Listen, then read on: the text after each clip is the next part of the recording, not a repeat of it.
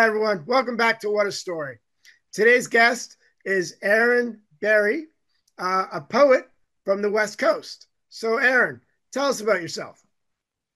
Sure. So I am a poet from the West Coast, and very recently I became a little bit notorious for a poetry stunt I pulled off. So what happened was I I'd started out as a poet, had a little bit of success publishing here and there, but as I got further ingrained in the poetry world, I kind of realized it was being run by a bunch of ideologues and interesting characters, shall we say.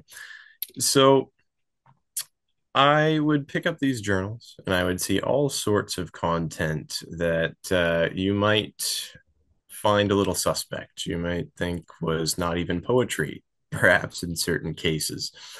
And I actually quite like poetry. It's a great medium. So I thought, why not pull a bit of a prank on the poetry world? The poetry world has had those moments over the years. The Ern Malley hoax would probably be one of the great ones, where they sort of pretended to be the this fake Ern Malley poet, and they got a whole bunch of junky modernist poems published. So I took it upon myself. I'm like, what can I do to kind of pull a ruse on the poetry world? So I wrote over 50 poems that were intentionally awful, and I submitted them all around the world. And at first, I thought, there's no way. There's really no way these get picked up. They are egregious in certain cases. But no, they all did. So from Canada to the US to Australia to God knows where, they appeared in all of these journals, sometimes in print, sometimes just digitally.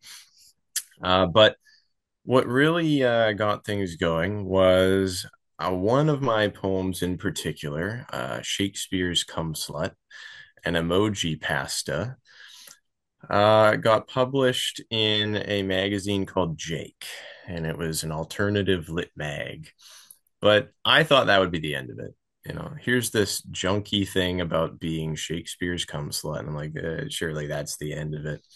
But they sent me a notification to one of my pen names. And they said, you know what? We love this. We love this so much that we're going to nominate it for an annual award, Best of the Net.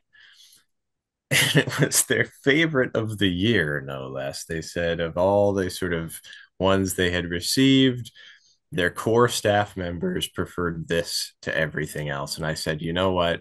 Thank you so much for the honor. Yes, I will accept the nomination for Shakespeare's Come Slut. Please send it into that contest. Now, I got approached once my book Echolalia Review came out, where I put all this sort of together by a reporter down in New York. And he was with the Free Press and he's like, you know what? I really want to talk about what you've done here.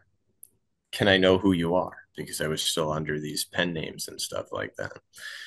And I'm like, you know what? Why not? The ruse has succeeded. Why don't I just fess up to who I am at this point? Now that created a gigantic firestorm. I can't impress upon you enough how interesting that sort of like month was after it came out that I was the guy behind Shakespeare's Come Slut and the novel Femoid and all of that stuff. Because yeah, I started getting hit up by people like all over the world. The reaction was oddly positive. People really did like that I had taken it to the poetry world and published all this sort of junky stuff. So, in addition to Shakespeare's Come Slut, you had poems like Baba, you had ones that were like upside down for no reason. You had just about every style and form that you would find in contemporary poetry. And the personas, if you want to look them up, were Adele Nwankwo, B.H. Fine. I had Dirt Hog Sauvage, respectfully, Eleanor Navia May Payne, aka Big Cock Girl Dissident, and a few others sort of mixed in there. And I got interviewed by Rebel News and all that stuff afterwards. But basically, in short, you can write terrible poetry, and there will be no editorial oversight if you submit it to places. They won't verify who you are. They won't ask for any clarification as to whether or not these experiences are real. You can send them things under any name, any persona you want.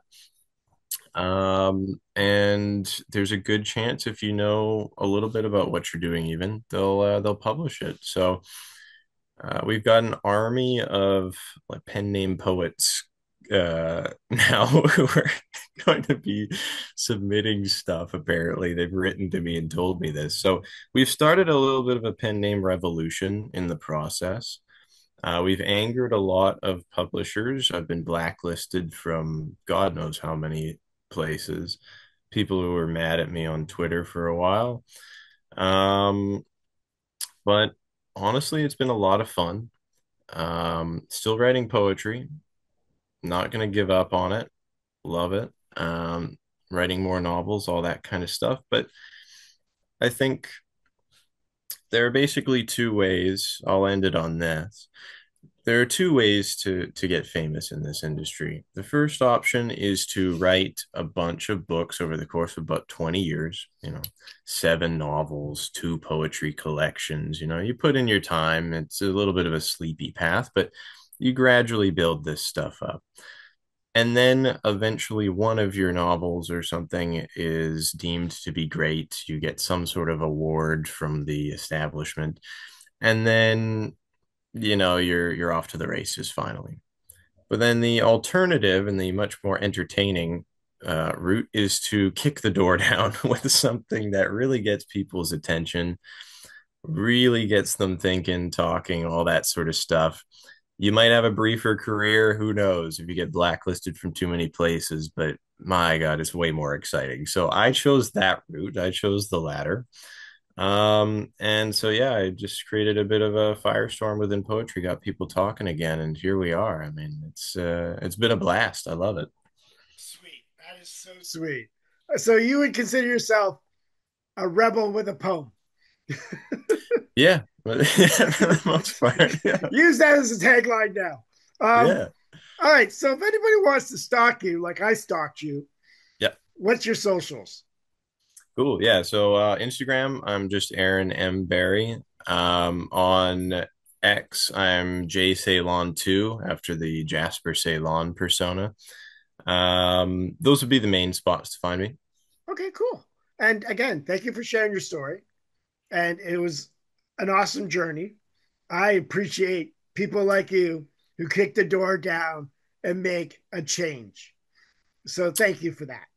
Yeah, yeah. No, it's a labor of love. I mean, I